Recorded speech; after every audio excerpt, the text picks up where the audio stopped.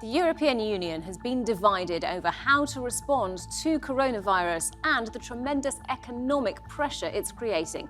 We've seen the EU tested by financial crises before, but could this one be different? This is Roundtable.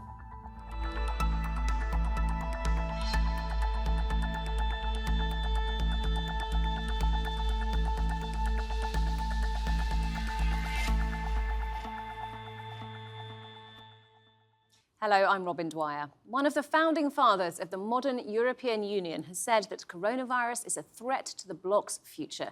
Jacques Delors has described the outbreak as a mortal danger to the EU.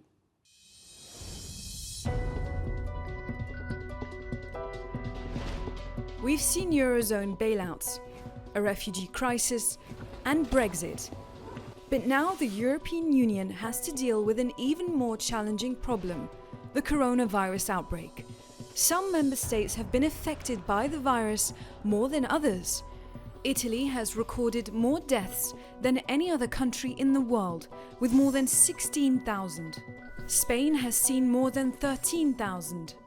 The EU has faced criticism, accused of failing to help Italy in the early phase of the crisis, while Russia and China sent medical supplies. The former European Commission President Jacques Delors has warned that a lack of solidarity poses a mortal danger to the European Union. Member nations have been divided over how to respond to the financial crisis created by COVID-19. 9 of them, including Italy and Spain, proposed a system of so-called corona bonds. This would mean a country could borrow money but get backing from the entire Eurozone, so it would be seen as less risky and borrowing costs would be kept down. Other nations have resisted, although European Council President Charles Michel said EU states stand ready to make use of all instruments that are necessary.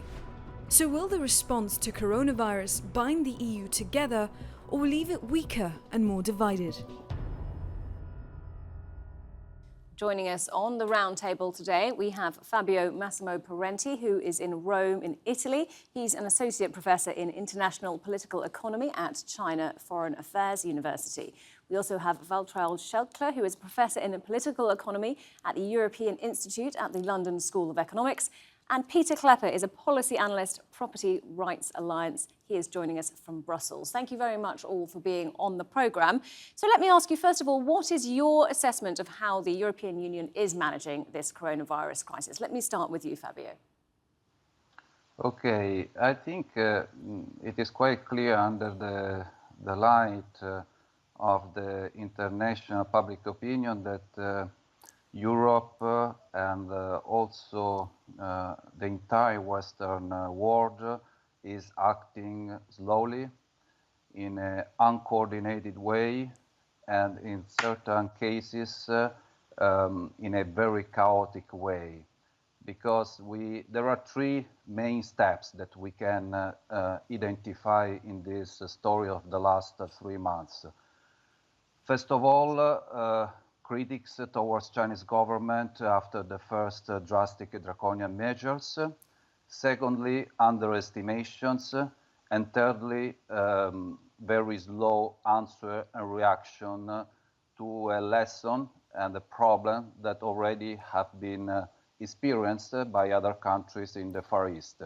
So this is my general, how can I say, description of the general trends in these last months. And how about you, Waltraud? What's your assessment?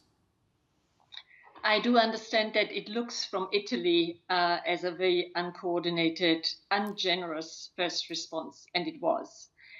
But after the first misstep, not responding to Italy's urgent call to get help, and it was excruciating to watch that then China responded first.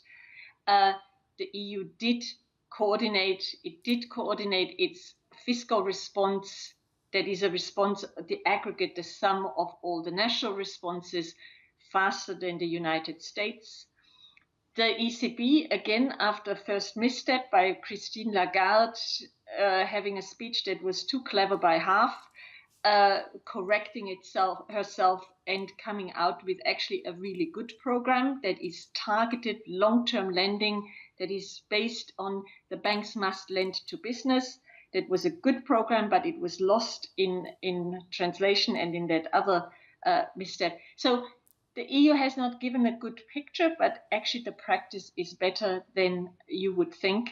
And so I'm not quite as pessimistic, but I do understand that when you are in that dire situation, as our Italian friends and colleagues are, the disappointment is understandable. And how about you, Peter? How do you think the EU has been dealing with this so far?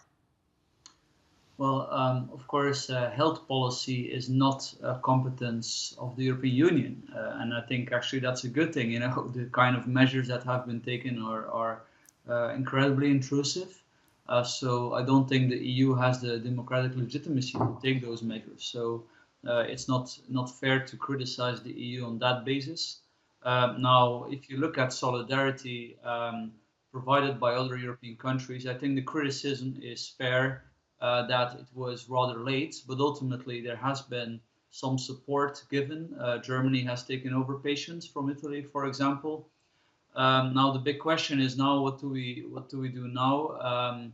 I think most people agree that some emergency support, also financial, is acceptable if it is indeed emergency support. The proposals coming from the governments of Spain and Italy are not really emergency related. They want joint borrowing schemes, despite the fact that these governments do not exactly have a great track record when it comes to financial management. So what government would jointly issue debt with governments that have a very bad track record financially? I don't think this is very responsible. It's also not very democratic. You cannot ask voters in Germany or the Netherlands to basically commit financially together with governments that they cannot democratically control. Very important is indeed the measures announced by the European Central Bank, but I don't think that these are good measures. I mean, these will of course be financed by increasing the money supply even more. And of course, at some point, this will bring about the danger of inflation. So far, we haven't seen inflation because the velocity of money has been rather low. But I think it testifies of a complete lack of economic history to ignore these dangers, and I think it's incredibly dangerous. If emergency support is given, we can agree or disagree on that.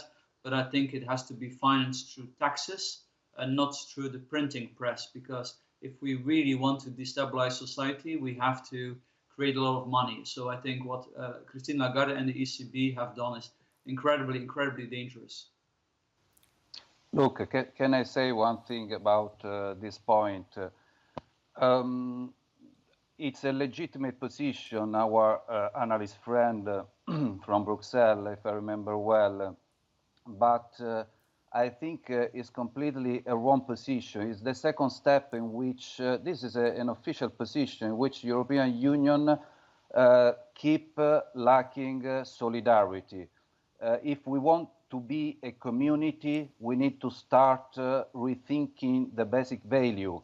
The European dream that was written at the beginning by many socialist and communist members from Italy, and not only, was a dream of building a society at macro-regional level. If we still attach to financial discipline, to monetaristic neoliberal approach, European Union, like Vucic said, is already dead, is finished. There is no space to really think about the continuation of European Union as this experience. We have to share that, we have to share destiny, and for this reason, the wisest position and narrative that we have nowadays comes from China, a community with a shared destiny. If we want to prevail peace and solidarity over hyper-competition and egoism and selfish approach, we need to rethink the basic cultural points of European Union. It is unacceptable that nowadays an emergency crisis should be managed all together, sharing risks, because the macroeconomic figures about the financial status of our countries are not always correct. For example, in terms of asset debt at family level, Italy is consistently in a better position than Germany or other countries, or also Netherlands. And in terms of primary budget surplus, Italy is doing a great job during the last 15 years, and we go in deficit only because the interest rates on our debt. So we cannot be attached to financial figures, avoiding to manage and to rethink our way to stay together. We have cultural differences, but we have to find a common track. Otherwise, we are already finished, because we already have 3 Europes: Visegrad, European Mediterranean countries, and Germany, Austria, and Netherlands axis. Can I also say, Pieter Cleppe, I mean, you're defending a position and a policy that no nation state would do at the moment to finance all these emergency measures via taxes, would worsen the crisis, because you could only take it from those who are still in safe employment, and that's only about 80 to 70% of the previous workforce, because the others are on furlough or unemployed, and the numbers are rising. So you would tax the smaller half. I think in the long run, it has to be that those with safe jobs and good salaries have to be taxed higher, but you would wait until the worst of a crisis is over. That is potentially a very serious crisis. Solidarity that my Italian colleague here asks for is also not the opposite of rationality and of good economic sense. You do not want these countries that have been now hard hit by a shock that is nobody's fault, that is just a virus that has turned into a pandemic. The only ones you could perhaps criticize is that the Chinese authorities suppressed the news that they had, it said, since November or even December, but certainly not the Italian or the Spanish authorities. So at that point, there is an enlightened self-interest in that we in Europe help each other. We are also a relatively rich continent. We can help each other, and that so that they can keep the lockdown that protects everybody in an open community, keep that lockdown and doesn't force people to go out to work officially or unofficially. You need to give the authorities in countries that are harder hit than everybody else the ability to fight this pandemic in their own country, and that is a collective interest. And yes, there's also a bit of empathy that any human being would have in a situation like this. Oh, but one point. First of all, you can trust me, or better, I'm sure that you don't have surely any proof, any possibility to provide evidence that China cover up the situation at the beginning, because everything has been shared since the end of December with the organization of World Health Organization. This is the first point. So nobody has evidence of hiding information, but the opposite, sharing information. In fact, okay, we are not discussing now whether China has hidden something or not. There was a doctor that died and had warned earlier. We can conclude this. I don't care as well, but this is a point that I was making at the beginning. We wasted time to criticize China without having a direct good information sometimes, just politically. Both can be true at the same time. Yes, but moving to the Western experience, after 2 months of data, of information, of the only way to react, we just waited. we just did in Italy, but also in Spain, but also in other countries with different efficient measures. I'm not here to give a grade to anyone, but we did a bad work step by step, also in UK, saying one day this is not a problem, then the other day maybe we have to lock down and close the movement of people, and then United States, the same thing. So who hide data? I'm not sure about our performance because lots of confusion at the beginning. But anyway, we have to remind, as economists also, I'm international relations professors with economic skills as well, that the economy is a human being creation, and so that rationality applied according to monetaristic principle, it is not an absolute truth.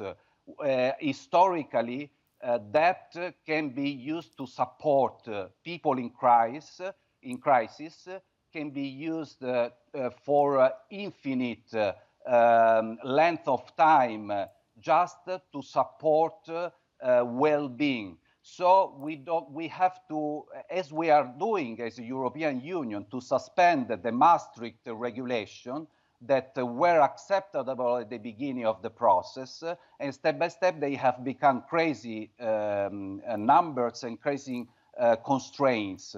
Nowadays we have to change our economic and political paradigm in order to consider that we can print money, okay, delete debt at the end of the process, and supporting each other in strengthening our future for longer time with long vision about our integration policy project. Apologies, let me just jump in here, because one of the proposed options are the so-called corona bonds, which are under discussion. Again, a divisive idea. What's the likelihood that this would be a good outcome for the EU? And what's also the likelihood that it will be agreed that this is the way forward? Well, can I jump in here? Yes, Peter. That's okay.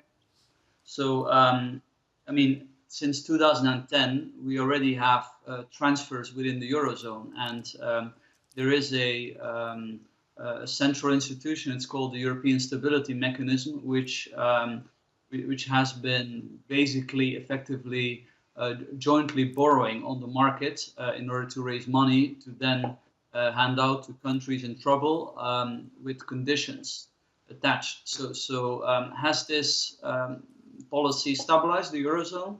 I don't think so, to be honest. Has it incentivized reforms in countries that needed to be reformed? Only to a degree. Some reforms have been taken. Has this policy that was perhaps well-intended, these transfers, has this brought people in the Eurozone closer together, or has it created strife? I think it's fair to say that these transfers have created discord, have created strife. Of course, the people that were supposed to pay for it were not happy, and the people that were supposed to accept the conditions linked to the payments were not happy either. So, of course, what they want to do now is to repeat this. At the moment, there is a meeting of Eurozone finance ministers going on, the Euro group. It's likely that some compromise will come out of that, perhaps not today, but at some point. I don't think it will be Euro bonds or Corona bonds. I think it will be ESM loans, but with only very light conditions attached. So the Italian government can more easily defend this at home. Will this stabilize the monetary union? Of course not, because we have very underlying conditions to this monetary union that are problematic.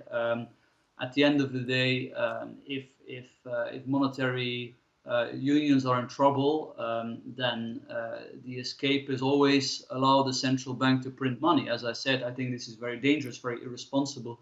We have seen many examples in history where this went wrong, and especially hurt the weakest, because the poorer you are, the less able you are to defend yourself against this money printing.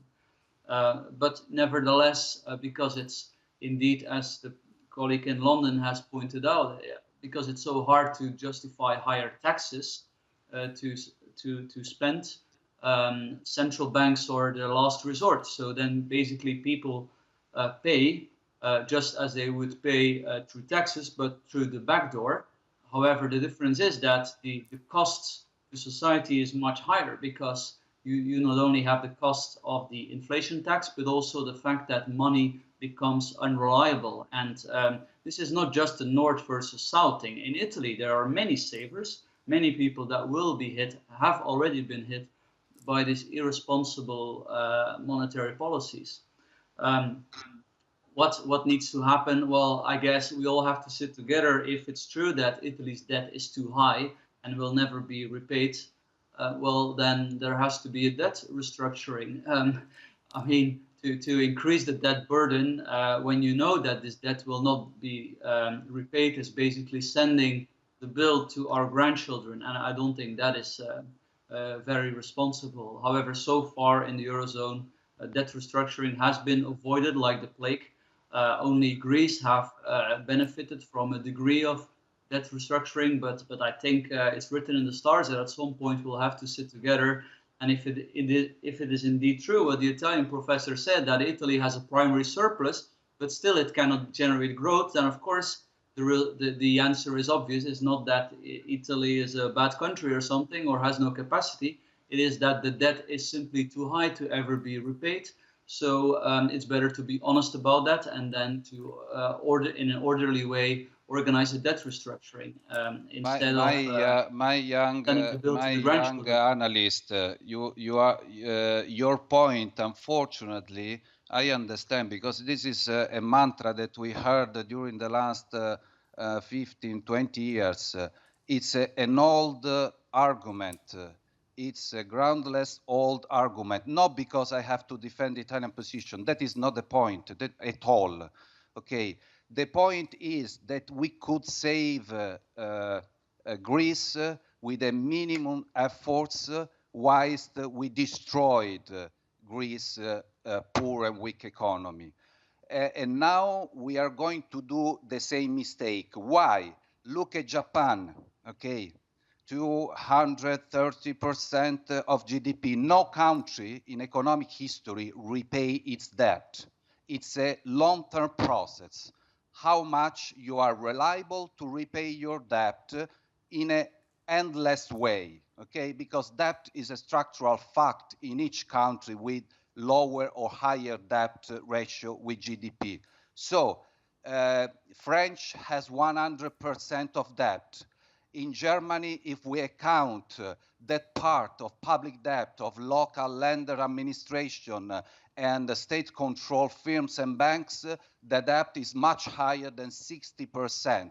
Is not an issue of debt, an issue that we have. If we have a single monetary policies in Europe, we have to integrate fiscally and politically.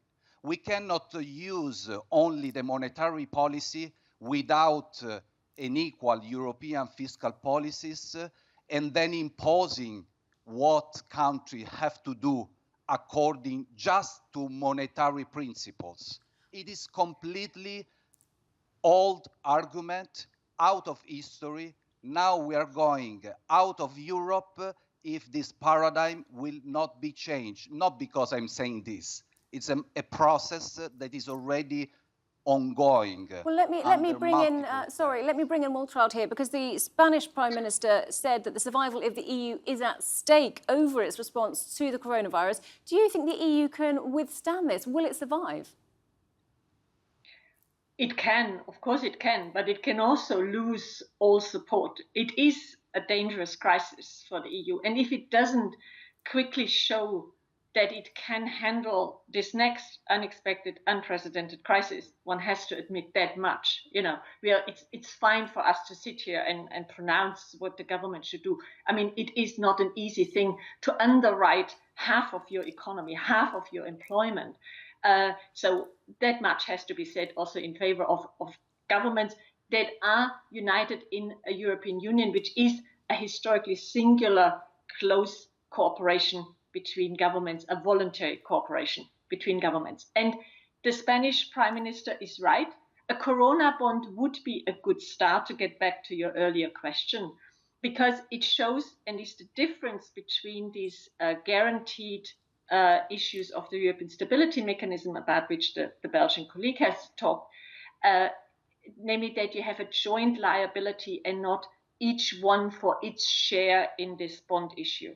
So that it cannot happen that Spain, which was a fiscally completely responsible country, and Italy, that since years has struggled to get its debt down, but it kept it kind of stable, at least, that they are now picked up because they have to raise their debt. At the moment, there is nobody else in the balance sheet of governments that can keep whole countries from going into a downward spiral that we have not seen before. Clearly a lot of strong views on this subject. Thank you very much indeed for joining me. Fabio, Massimo, Parenti, Waltraud Schelkle and Pieter Cleppe. Thank you.